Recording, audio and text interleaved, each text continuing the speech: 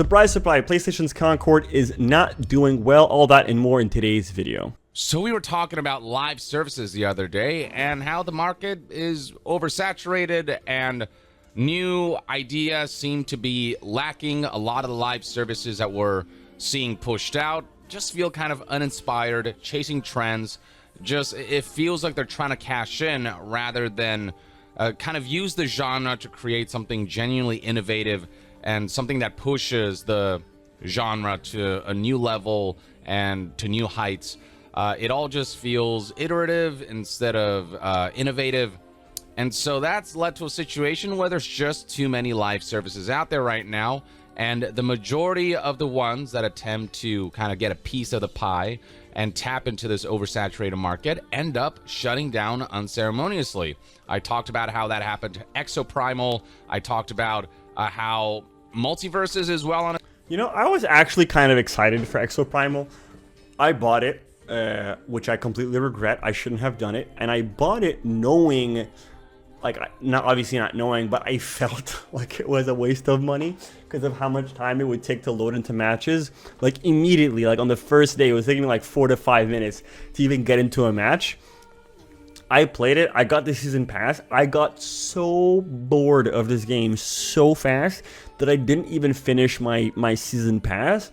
And it was honestly, it kind of just showed me what to expect, and I knew that game wouldn't be going anywhere. And I feel like right now with the live service, it's as you said, I completely agree with him. Everyone is just trying to make Overwatch 2. Oh, the Overwatch 2 has come out. They're trying to make an Overwatch 2. What's going to be next Overwatch? But here's one of the reasons why Overwatch did so well back then is because it was the first of its kind. They struck gold with Overwatch 1, and everyone has been trying to do the same thing instead of making something completely different, something completely new. I can't think of a live service game that's doing very well right now. And yeah, in part it's due to oversaturation, but I would say mostly it's because that when you play these games like Exoprimal, you boot the game up and it feels like it was made for money. Now, I'm not an idiot. I understand that all games are made for money. But you play God of War Ragnarok, and it feels like this game was made because the people had a passion project that they wanted to see come to light, and they managed to make it happen. With Exoprimal, it feels like people wanted to make money, and they made as much money as they could, and then they dropped it. And I'm sure this is the case with many, many, many live services going on right now. On its way towards a mass decline that's going to see potentially its shutdown, especially for a free-to-play game. These numbers are just not enough. Then we got Skull and Bones, which didn't break 1 million players after. Skull and Bones, the quadruple A game. The quadruple A game had less than 1 million players. I would never believe. I could not believe that Skull and Bones could not break 1 million. Wow. So February 22nd, 2024. I don't know what those numbers look like now, but I don't imagine this is a game that's performing particularly well. Arcane Austin had to shut down Redfall, and the studio itself was shut down by Xbox. You've got Suicide Squad Kill the Justice League, which is well on its way out, and things are bad enough where they're trying to give this game a... Fun fact, the Squad was free on Amazon Game Day or something. Game has not been out for a year. Game has not been out for a year, and it's already a free-to-play. I'm just saying. Away for free in the hopes that people come back, but you look at the player numbers, it's just, I mean, low triple digits, nowhere near enough to sustain this live service. You've got Foam Stars, which crashed pretty quickly and lost 95% of its player base in a short amount of time. I didn't even know Foam Stars came out. For sure. Rocket Arena shut down earlier this year. You've got this shooter from Tencent called Synced, which I'd never even heard about before, but it shut down. I don't know what that is. Exactly a year after its launch, so on and so forth. You get the idea. And now it's... Well, obviously there has... If all of these live service games are not successful, there's only one reason as to why all of these live service games are not working well. And I can tell you what it is right now. It's the players, man. We don't know. We don't know what good games are. We don't know what good games are, and that's why these live service games are not doing well. It's the only feasible reason as to why these games are not doing well. As though live services are saying, I've got one more in me, in the form of Concord, which is the PlayStation published live service. For those who don't know, PlayStation's trying to delve deep into making a bunch of live services. Too many. At one point they had 12 that they were planning to release by 2026. That number 12? has been reduced to 6, but that's still too many. Among them is Concord, which is basically this hero shooter that is essentially Overwatch with hints of Destiny and Guardians of the Galaxy in terms of its aesthetic. And the game doesn't look awful by any means. It plays fine and, you know, it does the thing, but it doesn't do anything to stand out either. And that's kind of what the general consensus has been. There's one article here from Washington Post that best describes this as this being a game that's a few years too late. Maybe it would have enticed folks if it would have released before some of the other hero shooters became standard, but now If Concord came out during, can I say that? I'll blur it out. If Concord came out during the virus, it would have done well because no one else had anything to do. And I'm pretty sure the whole that time period seriously affected companies judging, right? Because everyone was home, everyone was playing video games all goddamn day. So these companies were like, look at these games, look at all these live, look at all these multiplayer games that are doing so well, right?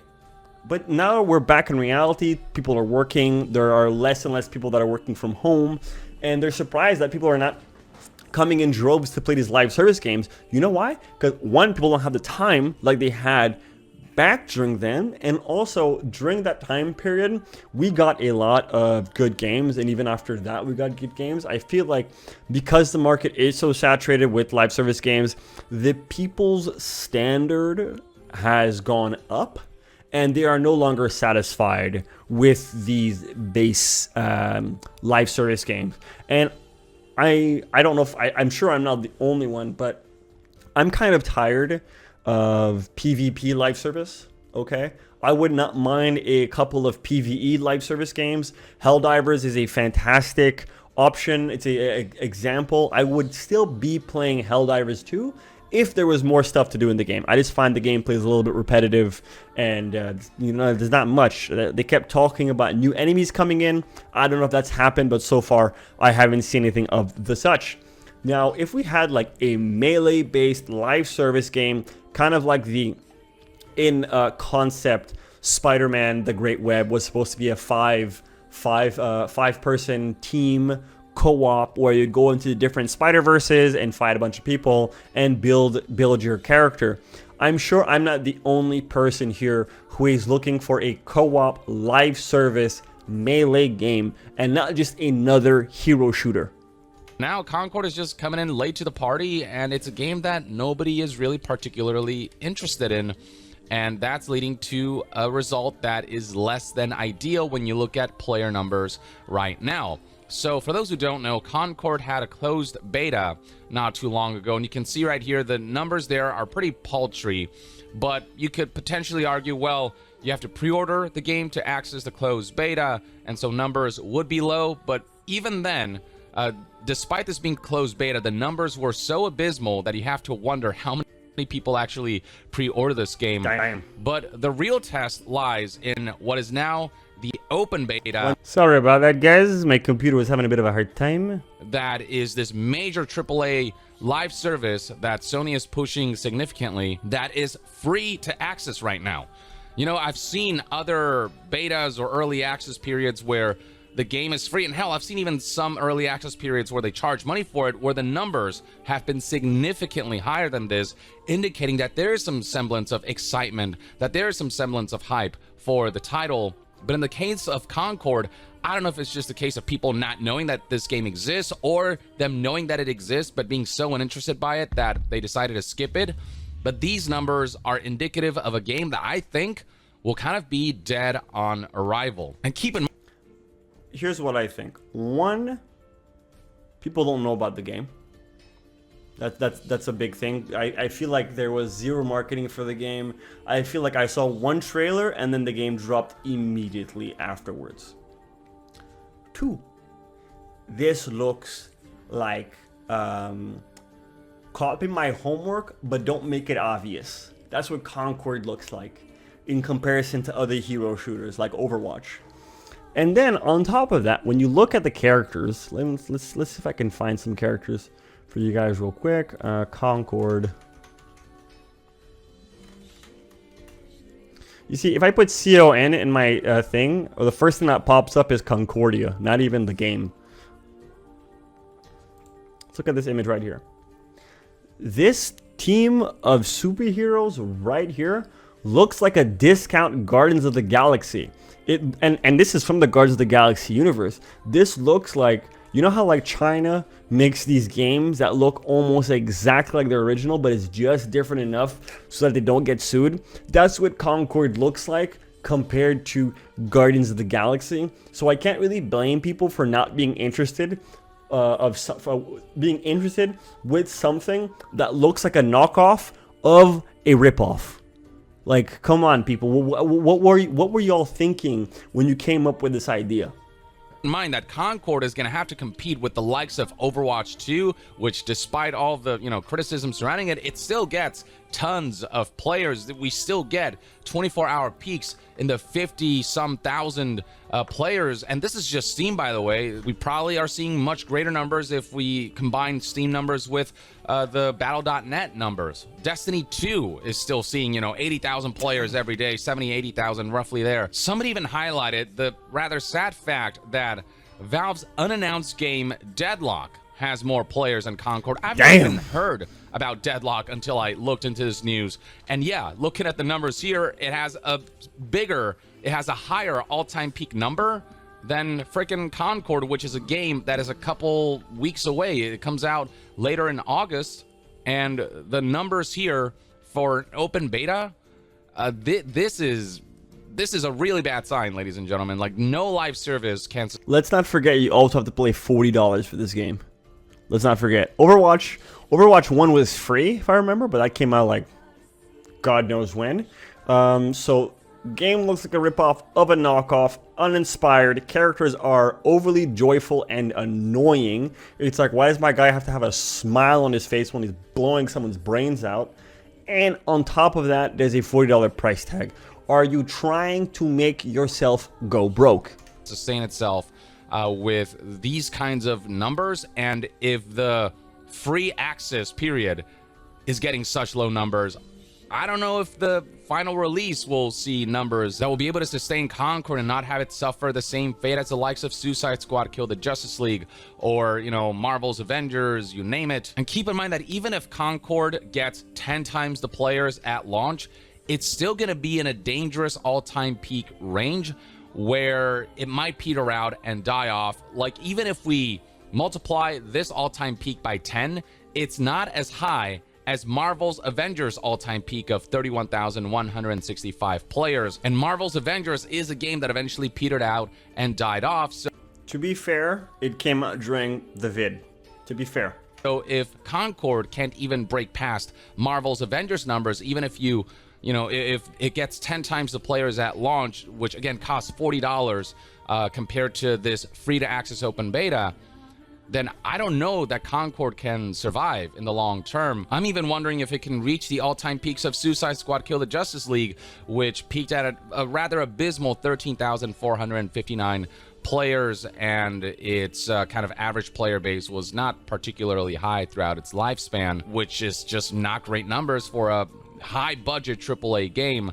I don't know that Concord is quite as high budget as Suicide Squad Kill the Justice League, but it is a game that the folks at Sony and PlayStation and the studio that's working on it will have to maintain consistently. It is going to be an investment that doesn't feel like it's going to pay itself back. And the issue lies in the fact that Concord is just kind of generic. It's not that it's all bad. Again, like, it's not an awful game. And there are some good attributes to it. I think visually, in terms of fidelity, there's they got some good stuff going on in terms of the graphics and some of the art style elements going on here. And the individual heroes, a lot of them do have some unique play styles and powers, and the gameplay is solid. And it's not a game that feels bad to play or anything. You can have some fun with it.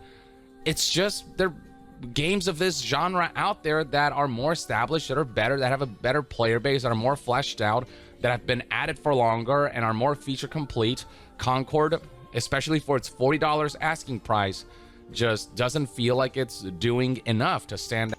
You know, it's not recognizable, Concord. It's not at all.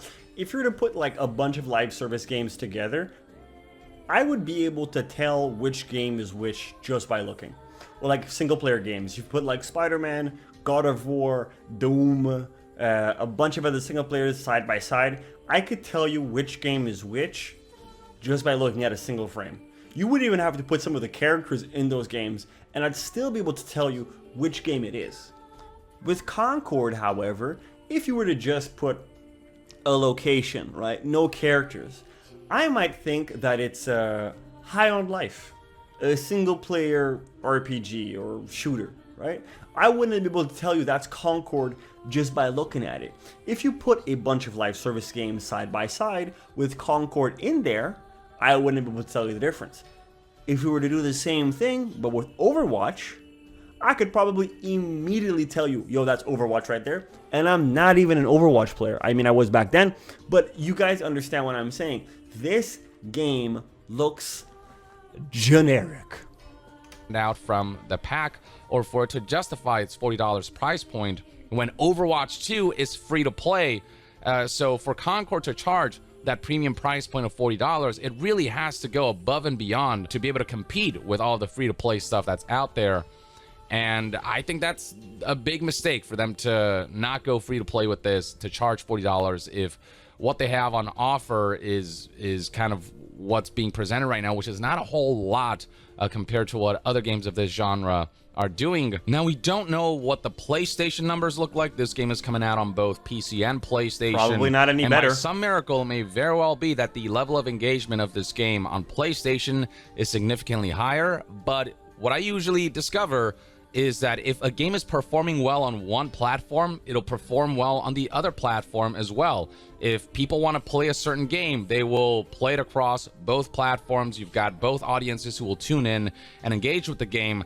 If you ask me, the fact that Concord is seeing such abysmal numbers during its open beta indicates to me that even on PlayStation, it's, maybe has higher numbers, but probably not by a whole lot, not enough to make a difference in terms of its future prospects as a long-term, as a viable live service that can attract enough players and have them spend enough money for this to be a worthwhile venture. So this, I would not be shocked if Concord was dead on arrival. I would not be shocked if its initial player numbers indicated a live service that Sony and PlayStation will not want to support for more than a year, maybe two tops if it gets lucky. But who knows? We have seen plenty of comebacks and plot twists happen in the past, and by some miracle they can make that happen with this game. Great. I think, well, one, I'm 100% in agreement with him. I think that this game is probably going to get support a year, maybe two if they're lucky. However, I think right now a lot of companies, especially Sony, are going to be dumping all their live services on us within like the next year, next 2 years perhaps. They're going to dump it all on us at a loss, most likely. They probably are in the process of realizing that their golden egg laying goose is laying a bunch of duds.